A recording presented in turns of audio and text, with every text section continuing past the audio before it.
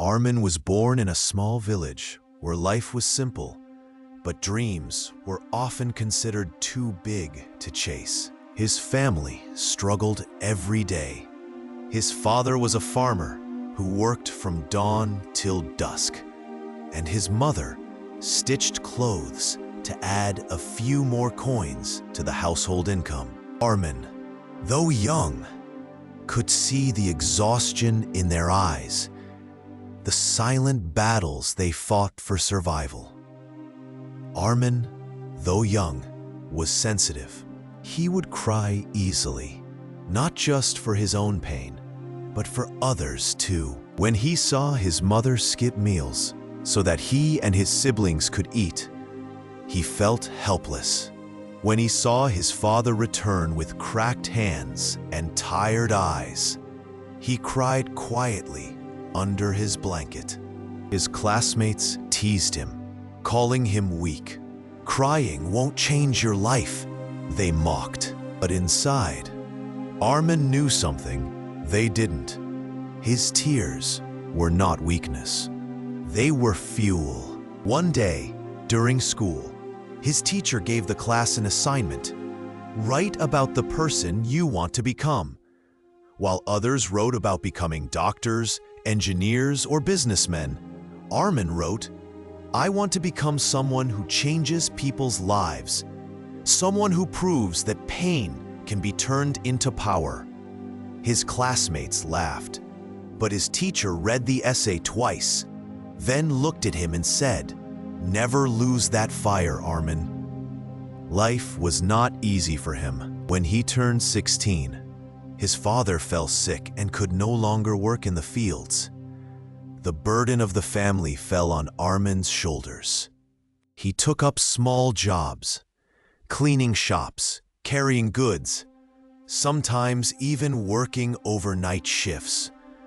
His hands blistered, his body ached, but he refused to complain. He remembered his father's hands, cracked but full of dignity, and he carried that dignity forward. Often, after a long day, he would sit by the village pond and cry. But with every tear, he made a promise to himself: "I will rise. Not just for me, but for them." Years passed. He saved whatever little money he could and bought books from the city. He studied under streetlights because electricity was a luxury they rarely had. He failed many times, but each failure carved him sharper, stronger. He taught himself not to give up when things got hard, because life had already taught him what hard really meant. Then came his breakthrough.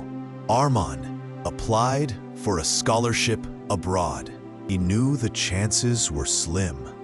Boys from villages rarely got such opportunities. Yet he tried. He wrote his story in the application, not hiding his pain, but embracing it.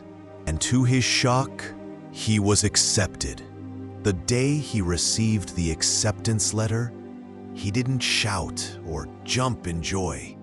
He simply sat down, tears rolling down his cheeks, and whispered, "This is for you, Ammi. This is for you, Abu." Years later, Armin returned to his village, not as the weak boy everyone once mocked, but as a successful entrepreneur. He built schools, opened training centers, and created opportunities for children who were just like him. Dreamers born in the soil of hardship. People no longer called him weak. They called him the boy who turned tears into triumph. And whenever he spoke to young hearts, his message was always the same: your tears are not your weakness. They are proof that you feel deeply. And those who feel deeply can rise higher than anyone imagines. Don't hide your pain. Use it to build your strength.